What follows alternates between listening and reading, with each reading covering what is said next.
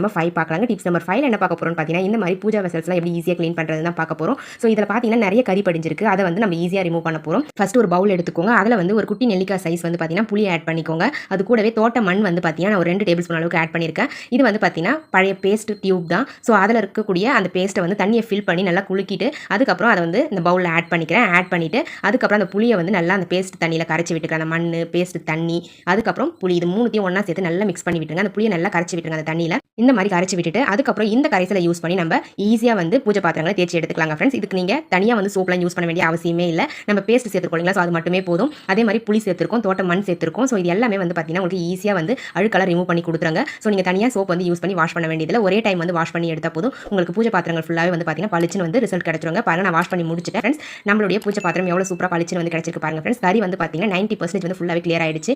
பார்க்கறதுக்கு பூஜை பாத்திரமும் புதுசு மாதிரி இருக்கு பாருங்க ஃப்ரெண்ட்ஸ். உங்களுக்கு தேவைப்பட்ட நீங்களும் இதே மாதிரி ட்ரை பண்ணி பாருங்க ஃப்ரெண்ட்ஸ்.